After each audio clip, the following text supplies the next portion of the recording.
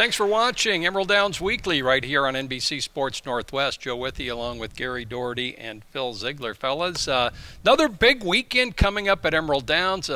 Outstanding race on Sunday, racing Friday night at 6:30, Saturday at 5, Sunday at 2. And we also are going to raise some money for a very good cause this weekend, Gary. Yeah, the PDJF, the Permanently Disabled Jockeys Fund. On Sunday, we'll have selfies with different riders here at the racetrack. Also, the jockeys will run for a purse of $1,000, running about 100 yards in the racetrack. Here's last year's race, which was very competitive. Phil, you can pick him up here at the stumble there at the last 20 yards. Eric Lopez. Eric Lopez.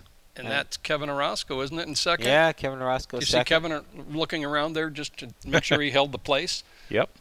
Yeah, nice job, Eric Lopez, winning last year's jockey race. Wow, that is a cool trophy. I like the hat, too, wearing the Yankee hat. The Yankee hat. Yes. Phil from Long Island, big Yankee fan. And you've had some good days this year in that sport.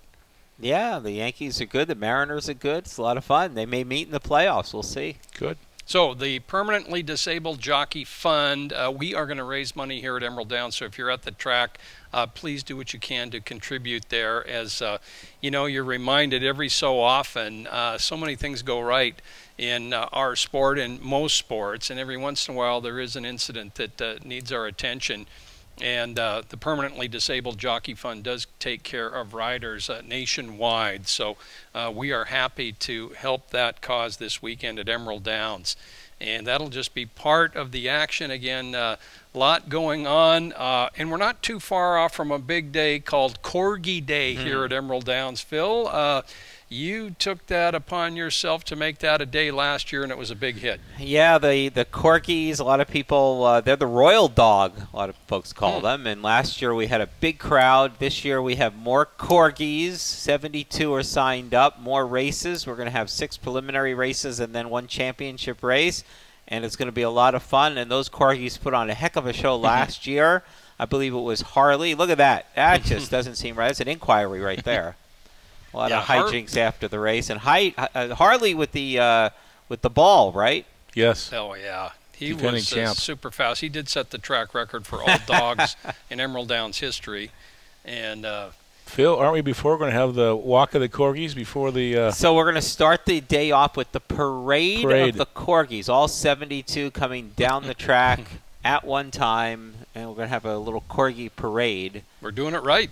Yes, it's going to be a big day. Bring the whole family. Remember, admission ages 17 and under always free at Emerald Downs, so it's a great, affordable way to spend a fun afternoon, and that's on August 5th. Right, a week from this Sunday, August 5th, Corgi Day here at Emerald Downs, and we're just a little bit more than 2 weeks from the Long Acres Mile. Nominations closed this Sunday for the Mile, so we'll be talking a lot of Mile this show and in subsequent shows here on Emerald Downs Weekly.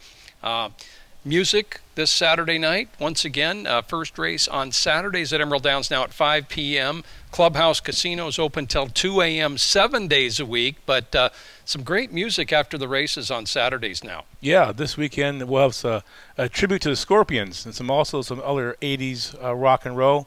Fifth Floor, come on up. It's free right after the last race, about 8:45 in the evening. They'll play for a couple of hours. Outstanding. Fun time. Yeah. Live music has been a hit since last fall at Emerald Downs. Spread the word, as Gary mentioned, free to attend, and some great tribute bands. The Scorpions this week. Breakfast at the Wire, that is going strong. Dean Mazuka, our host of Breakfast at the Wire. That is every Saturday in July and August from 8 to 10. Free to attend. Phil, you were pinch hit a couple weeks ago. Yeah, I was one of the guests. Dean wasn't, he was out of town calling races down in Prineville, so Vince Brune was hosting, and we had a good time. It's always a nice crowd that comes out in the morning, watches morning workouts, and then they have a little mini tour after Breakfast at the Wire, and then a stable tour, so you can really kind of make a whole morning out of it. And again, this is another thing that's very family friendly, so bring the kids. It's free. I think they give you tickets to come back later in the day for racing, so it's a great deal. $7 for breakfast, and if John Parker happens to be here, he's probably going to buy breakfast for everybody. So that did happen last week. That did happen last week, yes. Breakfast at the You Wire. missed it, I missed that Gary. one. Well, I know. it's not even an issue for you. You're not going to be here Yeah, between 8 and 10. That's pretty early. Yeah. Once a year. Okay. Breakfast at the Wire, a great show, actually. And, yeah, as Phil said, free to attend. Come in through the paddock gate, head up to the track apron, take a right. $7 breakfast options. A couple of giveaways involved there, interviews with some of the track principals, and Dean Mazuka does a super job of naming horses on the track as well. The Win Place shows on KJR 950 AM every Saturday and Sunday, 8 to 9 AM, and we are doing the March to the Mile contest. Listen this weekend, both Saturday and Sunday. Somebody is going to qualify by answering a trivia question that's not usually too tough, Phil. And whoever answers it then gets to pick their mile horse, and Emerald Downs will wager $100 to win if your horse makes the gate for the August 12th Long Acres Mile. So that's this Saturday and Sunday on the Win Place show, KJR 950 AM. We have a couple carryovers this Friday night in two wagers, Gary. I heard that. In the pick 7 over $5,000, the jackpot pick 7. In the pick 5 over $13,000. I think I'll play that one Friday nights. And make sure you come on out Friday night. Also, between the races, the U253 band out here playing. They do a lot of U2, and so it should be a fun night. And also, maybe somebody can win $1,000 throwing the horseshoe. Horseshoe Toss every Friday night here at Emerald Downs. Free to sign up for that. We have 3 contestants. We've been pretty close lately. They've been really close. I heard last week it was real close. Yeah. Yes. Kind of missed it, but Oh, that's right. Where were you? well, trying to find the pin. Oh, that's right. The stake. Yeah, You've got to throw a horseshoe to get a ringer. You got to have a stake. we had one. And we finally found it. It wasn't too far away, but Zach from our TV department found the stake. Yep. We had the horseshoe toss, and we will again this Friday night here You at had a Emerald good Downs. toss. You were the guest tosser. Yeah. Microphone in one hand, It throw was a great. horseshoe in the other. Right over the top, you know. Wow. Covered the flag, as they say in golf. But okay, and the Muckleshoot Derby, our feature race this weekend. We'll talk more about that as we come back right away here. This is Emerald Downs Weekly on NBC Sports Northwest. Emerald Downs Weekly continues. Joe Withy along with Gary Doherty, not Tark Jerry the Shark. Tarkanian. Yeah, and Gary, not Jerry. And Phil Ziegler. Nice and bald. There is some resemblance there. I can see it. Yeah, a couple of different spots, maybe from behind more than Maybe the if front. he has a towel in his mouth, Yeah. maybe. We both were involved in basketball quite a bit. That's That's true. right. Good segue there. Okay, hey, we are into the second half of the meeting here at Emerald Downs, and on an earlier show, we predicted who might be the horse of the meeting, and you guys were really smart. So far, it looks okay. You guys picked Riser for horse of the meeting, and he has been sensational. Here's the recent Mount Rainier Stakes at Emerald Downs at 1 mile and a 16th. Barkley making an excellent run at Riser, and of course Riser actually 3 for 3 this year. He was disqualified from You're the right. Budweiser. Actually 3 for 3, right. Yeah, and Barkley way ahead of the rest of the field there. Riser owned by Jared Chappell of Idaho, and his family was out in force with their Riser shirts. There they are. And of course Juan Hernandez up to ride for trainer Blaine Wright. Blaine is making another assault on the stakes record book here at Emerald Downs. But you guys had Riser as horse of the meeting, and he's been fantastic so far. He's headed toward the mile as the top local horse. We picked Riser when he was running on the grass at Churchill. Yeah. So we That's didn't know right. how many races he'd come up here and run in, but he's run 3 brilliant races, and I think if he can go 133 and change in the mile, he'll win the mile here in a few weeks. That is an awful good time, but it's happened several times here at Emerald Downs. Yeah. Phil, Riser, sprinting, routing. He won our Derby last year at 1 mile and an 8th. He almost won the BC Derby, beaten in the final yards there.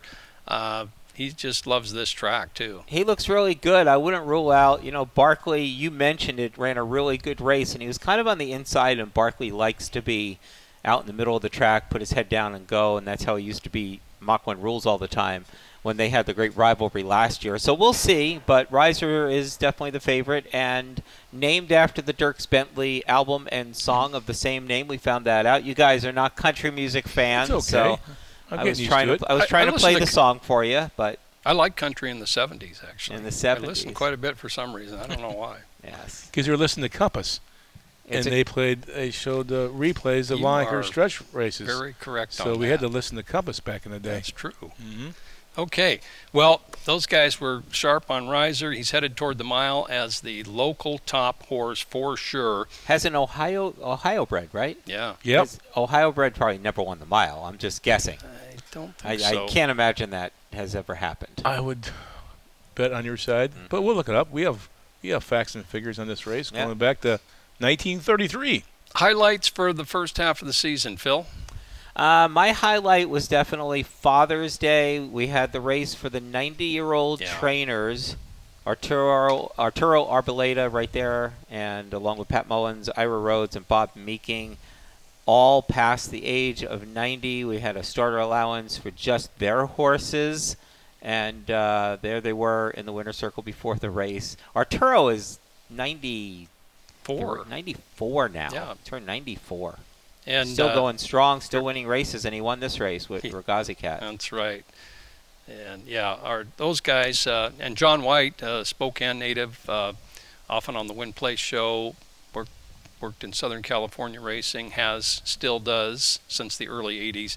He guarantees that there's never been a 90-year-old trainer race in the history of North American racing and probably anywhere. He's guaranteeing that. Remember who finished fourth in that race? Trelawney was second. It may come up later in the show. And third was the other Arturo horse. But anyway, that was an outstanding idea. Fit very well on Father's Day. Totally unique. Gary, how about you? A highlight for the year? Oh, I just think the big crowd that came out for the zebras and the camels, and the ostriches, and watching Paul Johnson almost win the race on the camel. Here is in lane 4. He'll come running late and get into a photo finish with George Rosales. The ostrich race was fantastic. They all ran very well. Even Mike Waters, right? Mike Waters, an owner. A big shot owner was out there competing. Megan hit pretty hard there. Yep. Mike didn't stay on too long, though. Yeah. No, but longer than me and he would have probably stayed on. See that big smile on his face when he did come off? Yeah. And there's the zebras. They moved pretty quickly. I think Tina Birdwell wins this. That's right. Gibson's horse went rogue. There's Tina, just getting it past the finish line, right? Tina gets on several thoroughbreds each morning. Yeah. That was a lot of fun for sure. Camerals, zebras, and ostriches at Emerald Downs. And myself, full disclosure, I'm involved in that 3-year-old Sippin' Fire who came into the year as, possible contender for honors. Won a stake race last year as a 2-year-old. Steve Bullock is our trainer, has remained super high on him, and he's won the last 2 stakes in the 3-year-old division, including the Coca-Cola Sprint, and then he took the Seattle Slew a route, so he is at the top of the class for local 3-year-olds right now, with Rocko Bowen aboard, Rocko bonding with Sippin' Fire, and it's been a lot of fun, so, I'm getting a little pat myself on the back, I guess. Yes, you are, but you guys. Now you have the Derby, right, this weekend? Yeah, we'll be headed toward the Derby on Sunday, the Muckleshoot Derby. Why not? It's a mile and an eighth, and we'll talk a little bit more about. You guys have shirts or hats or? Yeah, the guys wore shirts last year. That'd be good. You have another horse that's done pretty well too. Northwest Factor won the NGC a couple weeks ago. You're having a good year. Not too bad. Yeah, really real good. It's been fun. So we have had a lot of highlights at Emerald Downs. If you had horse of the meeting, Riser's right up there for it, of course, even with the DQ. He's been spectacular. The nominations once again close for the 83rd Longacres Mile this Sunday, so we'll have that list on next week's show as we get closer to the big event, the 2-turn Grade 3 1-mile extended sprint Longacres Mile. Don't blink during that race. That is a heck of a piece of action as Gary goes back a ways in Washington racing. Yep. Phil, you came to Washington in the 90s, correct? Yeah, From and New York? this is going to be a big day. We got 4 stakes races that day and an all-stakes pick 4, so it's going to be a great mile day, and I'm looking forward to it. Okay, we'll come back with much more here on Emerald Downs Weekly. Stay with us. Watch Joe wheel back that 3-year-old into the mile. You guys could do that, right? I think it's always a good idea to nominate. But let's not get too far ahead. Ah? Stable. Are you a stable man? No, That's a suggestion. Yeah. Okay. I like that idea. Thanks for joining us here on Emerald Downs Weekly every Thursday night at 11 p.m. right here on NBC Sports Northwest, and then repeated on Friday morning at 9 a.m. Joe Withy along with Gary Doherty and Phil Ziegler. Just saw a picture of you. You looked a lot like David Faraday. Oh, well, that must have been 10, 15 years ago when I had lots of hair. Dark black hair. Lots of hair. Mm-hmm. He's a pretty funny guy. Faraday or Yeah. me? David Faraday. Okay. Let's talk about racing at Emerald Downs last week, a Fab Friday night, and we had some interesting races for sure. Kenzie Blake finished very fast. She's in the yellow silks with the blue cap. Can she win this race? And that is Ann Sanguinetti aboard. Keep your eye on Kenzie Blake. She is going to get up and take this one. This Friday night third race. Yeah. Ooh, that was a tough beat right there that was Primo Diamond, Pre-Vaca bred horse. But Ann Sanguinetti continues to bring in price horses. Look at that payoff, 1980. Gary, you do the betting rank for the program, a very interesting statistical analysis, I think. I'm on your side on that one. Yeah, good, yeah. We rank all the jockeys and trainers based on what the horse pays to win and also the win percentage, and all meet long. Ann Sanguinetti's been number 1. Number 2, having a great meet, is Kevin Orozco. 3 is S. Juan Flores, and running out the top 5. 4 is Gary Wales, and number 5 is Julien Couton. Look at the trainer side, Larry Ross, who trains for the Racing Club, right, Phil? Mm-hmm. They've been having a pretty good meet. He's number 1 on the ranking list, followed by Manny Ortiz Jr., who's clicking at about 46% with wins, which is an amazing number. Jeff Metz, who has a lot of starters, he's number 3 in the ranks, so that's very impressive. A huge year for Jeff Metz. Number 4 is Tom Wenzel, and running at the top 5 is Chris Sensley. She's number 5. Now, obviously, people are going to want to know where Rocko Bowen is not even on a top 5, and by far and away, he's got the most wins. He's like 6 or 7. His number is above average, but since his horses are bet so heavy, it's hard for him to have a good rank unless he was winning at about 40-45%. This kind of tells you that to win money, you've got to be thinking sometimes outside the box, right, Joe? And you do that. I do. I try to. And Rocko, and the betting rank is a combination of win percentage and mutual payoff. $2 win pays, and that gets the most of the rank is what your horses pay to win, and they get capped. So if you win a race at 150 to 1, which probably wouldn't happen, but it gets capped. So I think it's a pretty good way of just measuring how jockeys and trainers are doing it for the betting public. Yeah, I like it. It's in the program every day here at Emerald Downs. Continuing on with Friday action, a Fab Friday, and Buckley Bay coming down to the wire with the Blaine Wright trainee, who hardly ever loses a race. That would be Blame It on Royce on the inside. Those two ran 1-2, 2-1 all the way around the track, and the long shot won at Buckley Bay at 15 to 1. Go ahead, say it. With Gary Wales aboard, beat say it, Joe. Blame It on Royce. The outlaw. Say it, Joe. Say, that Buckley Bay was my star pick on the EmeraldDowns.com website for selections. Joe had that one. That is an impressive Was it your best bet? Yeah, that's who I had the star on, wasn't it? I think so. Best bet of the day, 15 to 1 shot that wins. For trainer Dan Markle and Glenn Kelly. They're the owners, Glenn Kelly. 2 straight since the claim, I believe. Yeah, for Dan Markle. And I talked to Dan about that claim. He says his horse get a little hot, but if he can keep the horse under control, he's got some ability on the racetrack. And Dan, that's a good job picking that one, though. I think nice. Dan was thinking he maybe would go on to one of the Walk Cup races. I think he's eligible.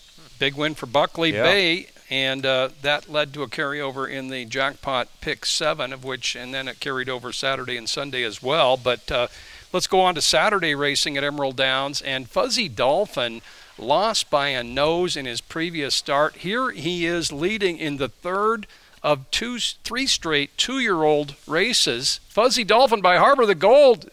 It's getting tight as I'm halfway calling the race. And we're going to slow it down right here. Heat. Gary, this was almost your prediction coming true. Yes. Gary, you did predict a triple dead heat, but Fuzzy Dolphin by a nose in race number 4. He's owned by Jacob and Carla Polowitz. Jacob, of course, former media relations staff member, and Frank Lucarelli was the winning trainer.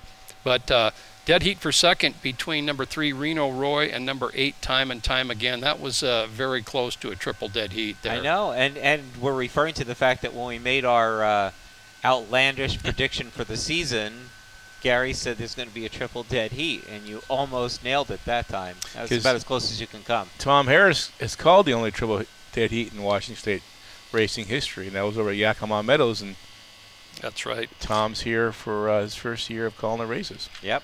Tim McCann won a 2-year-old race earlier on Saturday. He won with Bella Magic by Demon Warlock, and that gave Tim 930 wins at Emerald Downs.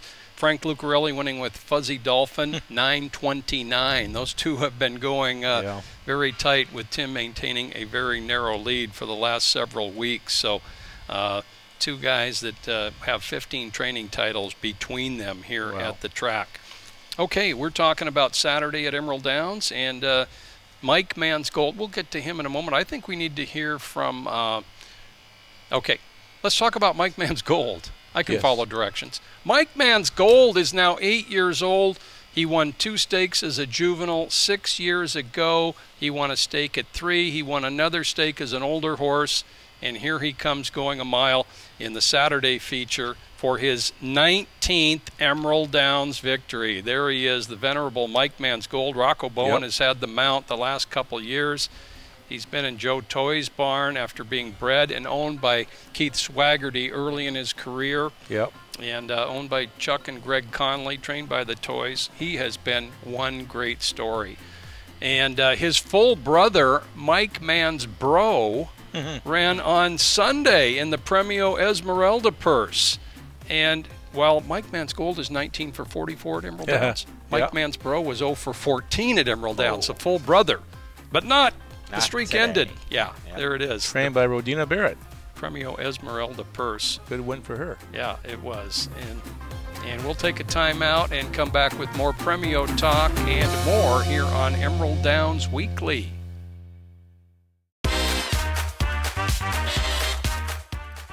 Thanks for watching Emerald Downs Weekly every Thursday night at 11 p.m., Friday morning at 9 a.m. Joe Withy, Gary Doherty, Phil Ziegler, and Premio Esmeralda Sunday, last Sunday, as we recognize the Hispanic community in racing, which is so large, from owners to trainers to jockeys to grooms to track employees. This has really grown, Phil, to become an outstanding day. Yeah, great food, the dancing horses. We're going to show some highlights at the end of the segment. And it was a great day. It's always warm, it seems, on Premio every year. It was in the high 80s. And these guys put on a great show. Yeah, and local artists, actually she's from Peru but been in Seattle for a little over 20 years. Blanca Santander, she designed the t-shirt, of which 5,000 we're very happy to get. And Blanca was our honorary steward for the Premio Esmeralda Purse. Very interesting artist, deep thinker. She has a big influence in the total art community here in the Northwest, and we caught up with her on Sunday. About the t-shirt, Tere Carral called me one day and said, Blanca, we need you on the Premio Esmeralda with one of your paintings. I say, oh, wow, great. I never painted horses before, so I start to study the horses and the movements of the horses, and I have really a lot of fun doing this work for Premio Esmeralda. And also my work this year celebrating women. I think it's important. My work is spiritual, basically, and I have a really deep connection with Mother Earth and femininity. My work is always to celebrate women, and I'm doing a series of Women of Courage.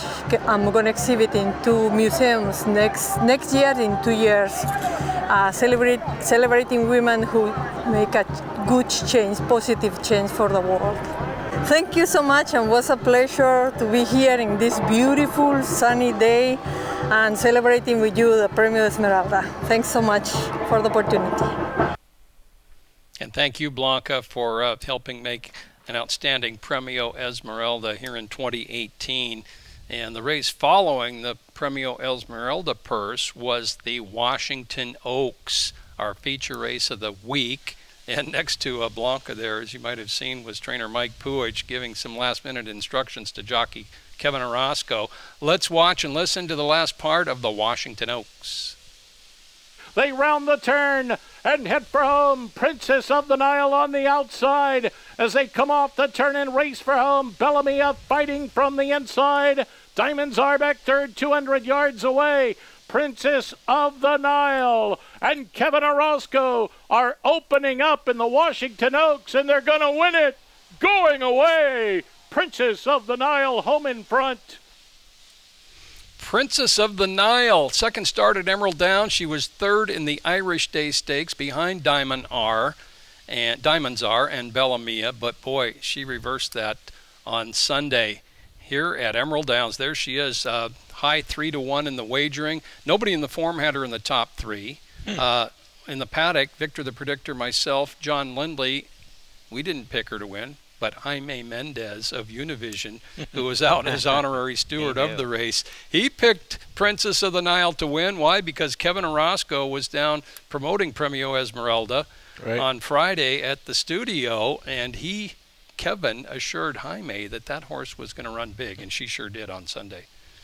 Yeah, congratulations, Mike Waters from Muddy Waters Stables, getting that trophy. He was really happy, and better things ahead, I think, for that horse. Yeah, that was trainer Mike Puich as well with Mike Waters, and Puich is saying that they're going to look at the Emerald Distaff. She's a 3-year-old filly, but she does like 1 1/8, and possibly the BC Oaks, of which there's a bonus this year, if you can win both the Washington Oaks and the BC Oaks up at Hastings here at Emerald Downs. Princess of the Nile, the winner, and that's the 4th different winner we've had in the 3-year-old filly division this year. Yeah, it's going to be interesting in the season who gets voted top 3-year-old filly, and that was Kevin Orozco won 4 races on that Sunday, so that was a great day for Kevin. His best day ever at Emerald Downs. Vince Brune reminded me that he'd had 3-win days 8 times over this year and last, but never a 4-win day. That's a big day for Kevin Orozco, having an outstanding season. And Premio Esmeralda Sunday, lots of great sights and sounds, and let's take one more look at Premio.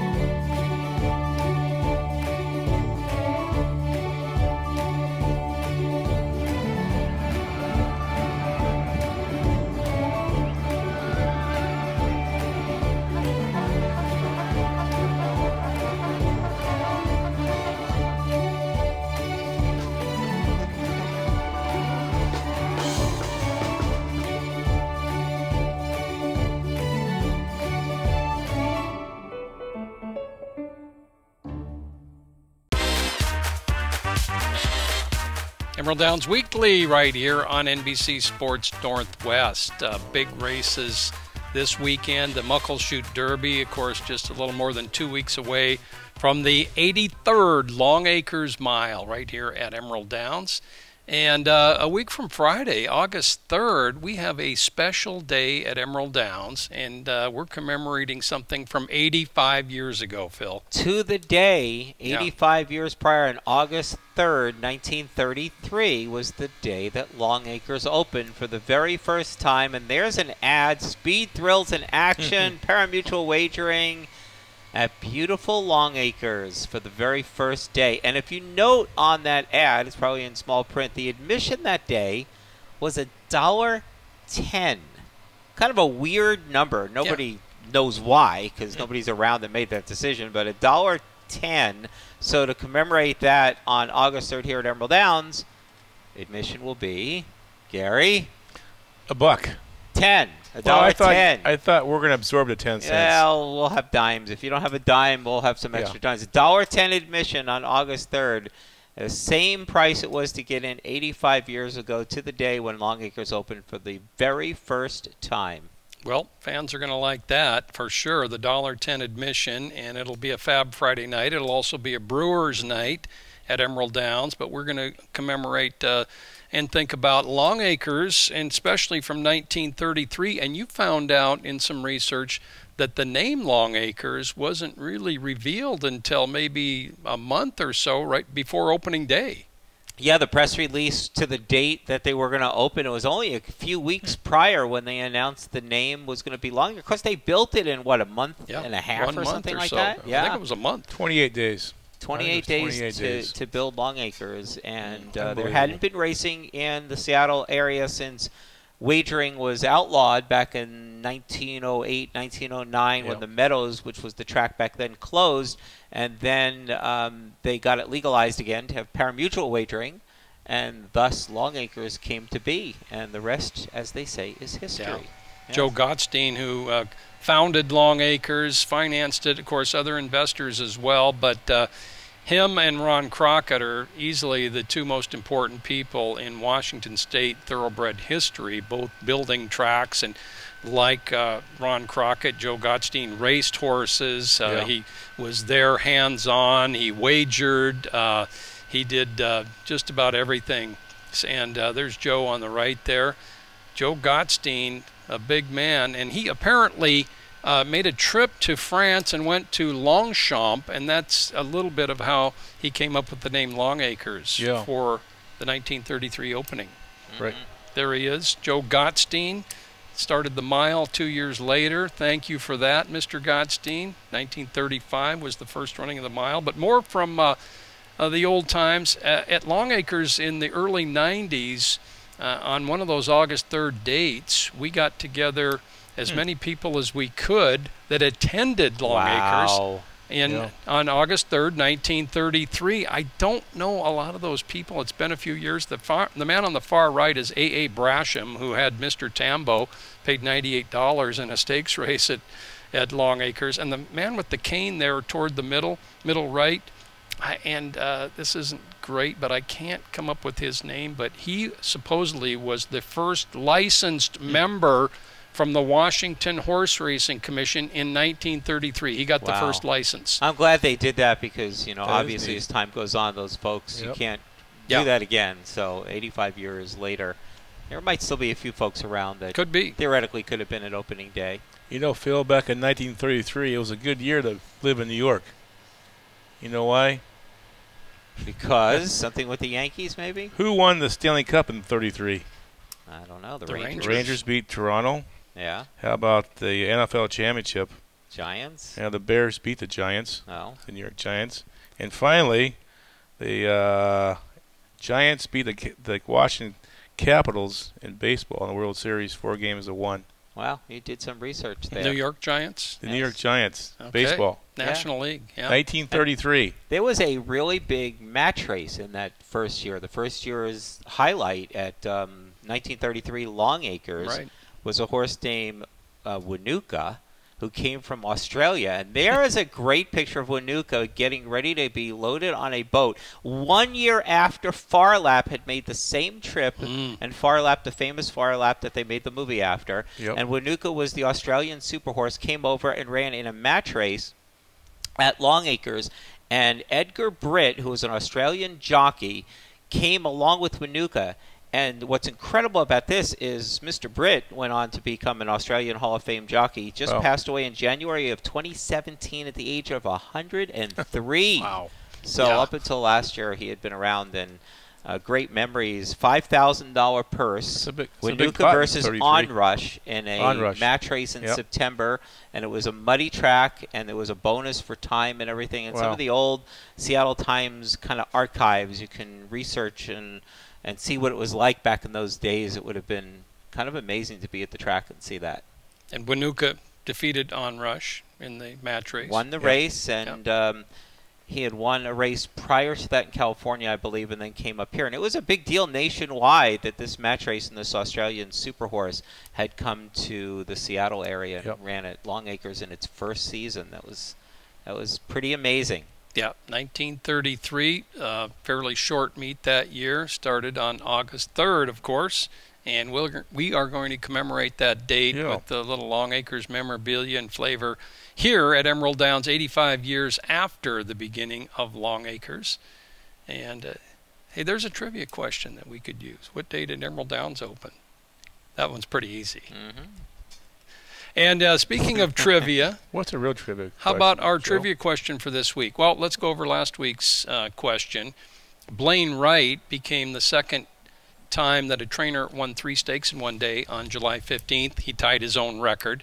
There's one jockey that has won 3 stakes races on a day twice in Emerald Downs history, and that is Juan Gutierrez, who may be back before the end of the season. He's working on recuperating from a shoulder injury. He's doing well. Yeah.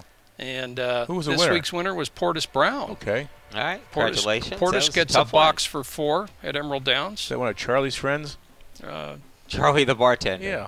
Could Got be. a lot of friends. And this week's question: who's the only horse to win 2 consecutive Long Acres miles at Emerald Downs? Let's go just at Emerald Downs. The only horse to win 2 consecutive Long Acres miles at Emerald Downs. Send your answers to trivia@emeralddowns.com. You could tell Joe didn't come up with this one. I think there'll be a lot That's of a good people question. saying that question. Okay, we'll give away a box for 4 at Emerald Downs if you come up with the answer. Stay with us right here on Emerald Downs Weekly. This one's actually easier. Yeah, that one's. I think we might get a couple hundred people. Yeah, saying I think so. Nice to least bring up 100. Charlie the bartender. Yes, we haven't mentioned him in a while. That's right. Loyal viewer of the show. Number one fan. Yes. Emerald Downs Weekly on a beautiful afternoon. We are taping, and hopefully you are watching and getting ready for some attendance at Emerald Downs Friday night at 6:30, Saturday at 5 p.m., Sunday at 2 p.m. And Sunday's feature race, the Muckleshoot Derby, 1 1/8 for 3-year-olds. And we talked a little bit previously about Sippin' Fire being the top local 3-year-old, having won the Coca-Cola and the Seattle Slew. He's pretty much moved to the head of the class here. Does he like hot weather? Because that might be the one X factor in this race. It's supposed to be Sunday in the mid-90s. Mid-90s. Yeah, he got a little hot before his first race of the year, the Auburn Stakes. Didn't win that. I know Elliott Bay got a little bit hot before one of his races. Both those are Sons of Harbor the Gold. I don't know if there's a real true connection there, but Steve Bullock has been treating Sippin' Fire for anything that you might have come up with on a hot day, and it's worked pretty well. Hey, we could get a couple horses from Hastings for the race too, Gary. Argosy Fleet is one from Blaine Wright's barn, right? Who has his only route race. He was unplaced, and he was unplaced behind another expected horse to run in the Derby. Yeah, that's a Weekend Wizard for Craig McPherson. He had a big buyer in his last race, and he's got a great pedigree out of Rossburg and out of the Dam Go Sail Go, who won the stakes race here back in 2013. So it'd be fun to see some of the Canadians come down here to run for $50,000 American at 1 1/8 miles. And Phil, this is the first start leg. This is our Yep. Triple Crown. You know, Yep. there's Triple Crowns with 3-year-olds. This is the Northwest Triple, Gary. A segment of 3 races, one here, and then the BC Derby, right? Right. September 9th. Yes, and then the Getaway Stakes here on closing weekend. The $100,000 bonus if you can win all 3. Look Yep. at Joe smiling. He's already thinking about that money. I saw. Have you figured out who the anonymous donor is that so graciously put in that money for the Getaway Stakes? For the Getaway Stakes. Phil probably knows. Alone. Anonymous donor for that, and it was just a wonderful gesture. That's an added stakes. We hadn't had that in the past. Right. $100,000 for 3-year-olds on closing day. And this Northwest Triple can be exciting, and I know it'll be exciting for whoever wins the Muckleshoot Derby to go on to the second leg at Hastings and try to make it 2 in a row. Weekend Wizard, as Gary talked about, Craig McPherson trainee, he just won the Chris Loseth very impressively up at Hastings. He's also 2 for 3 up there this year, both stakes wins. He won the Jim Coleman Province as well. And we did mention the bonus is 100,000 Canadian if you can win all 3 of those races. I know. And you get you know that better than I know. Well, I had to look it up. If you run in all 3, you get what, $5,000? There's a fee. You get some kind of monies if you run in all 3 just races. Running in all 3? Yeah. I think so, yeah. Yeah, I think $5,000. And speaking of that Longacres race from 85 years ago in that year when Nuka won, when Nuka won that race, and I was thinking, me and Joe were thinking earlier today, maybe, Joe Gostein got Winuka, maybe Phil can get Winks to come here and maybe run in September, another Australian horse. That would be fantastic, Gary. You got connections on that? Phil, can we get Winks to come run? Winks, the Australian super horse. How many races in a row? Like 18 to 20 straight wins. It'd be fun here on a Fab Friday to have Winks run on the dirt. Okay. Yeah. Probably not going to happen. Winks, the superstar Australian-based filly. Yep. Yeah. Well, once again, this weekend at Emerald Downs, we're going to raise money for the PDJF, the Permanently Disabled Jockey Fund. So please reach into your wallet a little bit for that. An outstanding cause. We have carryovers for Friday night in both the Pick 5. Now, that pool is going to be really big. We know that. $13,000 plus carryover in the 50-cent Pick 5. That'll start in race number 3 on Friday night. And we get good coverage nationally on Friday nights. Good presentation. Not a lot of other tracks going. I'm fact-checking Gary on that one. Oh, okay, yeah, the correction segment. And the Pick 7, the Jackpot Pick 7, also with a carryover for Friday night. So speaking of 3-year-olds and derbies and things, Justify did retire this week. Undefeated, 6 for 6. Won between mid-February and early June. 6 for 6. The Triple Crown winner. Had to be retired. Just a little bit of filling in an ankle. Just not going to go forward with his training. That's a loss for the sport for sure. But it'll be a bonanza for the ownership as he goes to stud. Yeah, stud next year. Only the second time a Triple Crown winner did not race after his Belmont Stakes win. I think in 1943, Worthaway retired after winning the Belmont. That's good info right there. You should have quit while you were ahead, by the way, because we had nothing that for could the be corrections. A mistake too. Check that one out too. Gary, well, what'd you say for Winks? What'd you say, about 14 in a row? Huh? No, he said 18 or 20, didn't he? Or? How about 25? Oh, Winks? There, thank you for that correction. I thought it was higher than that. A little and higher here than he that. wears a Winks hat once in a I while. know, 25 in a row. 25, that include barrier Usually runs. you're only off by 1 or 2, but wow, you really missed that one. Well, you got to get it together. Yeah. Got to focus. And you can watch and wager on all the racing from Australia right here at Emerald Downs. Yep. So people think it's halfway, around the world or whatever, but we have racing from Hong Kong, Australia, Korea. Yep. You can bet on all that stuff at late night here at the track. It's a lot of fun. Very good. And Phil mentioned it earlier in the show, but we have a stakes quadruple header on Long Acres Mile Sunday, August 12th. 3 $50,000 races, and of course the Grade 3 $200,000 Long Acres Mile. That was a great event last year, as we had excellent field size. The Pick 4 was huge, and all stakes Pick 4 in those 4 races. And this, we've stepped it up a notch, because last year was a couple of overnight stakes races for 25. Now we have 3 $50,000 races and the Long Acres Mile for the all stakes Pick 4. and that will be one of the most interesting wagers of the season. That will. Yeah. And the Railbird Rally starts 11 a.m. There we go. Come the on Railbird out. Rally, great tradition. Doug Yep. the Goat, Koke, our affable host there. And Gary usually slips in somewhere along the line. Yeah, For the okay. food. We We'll didn't have some- any Gary picture today. No, it's good. Thank you for that, Phil. Okay. Well, thanks for watching Emerald Downs Weekly. Friday night, 6:30, Saturday at 5, Sunday at 2 p.m. And a lot of racing, entertainment, and excitement here at Emerald Downs. So we'll see you at the track. And thanks for watching. Have a great day. Plenty of air conditioning, too.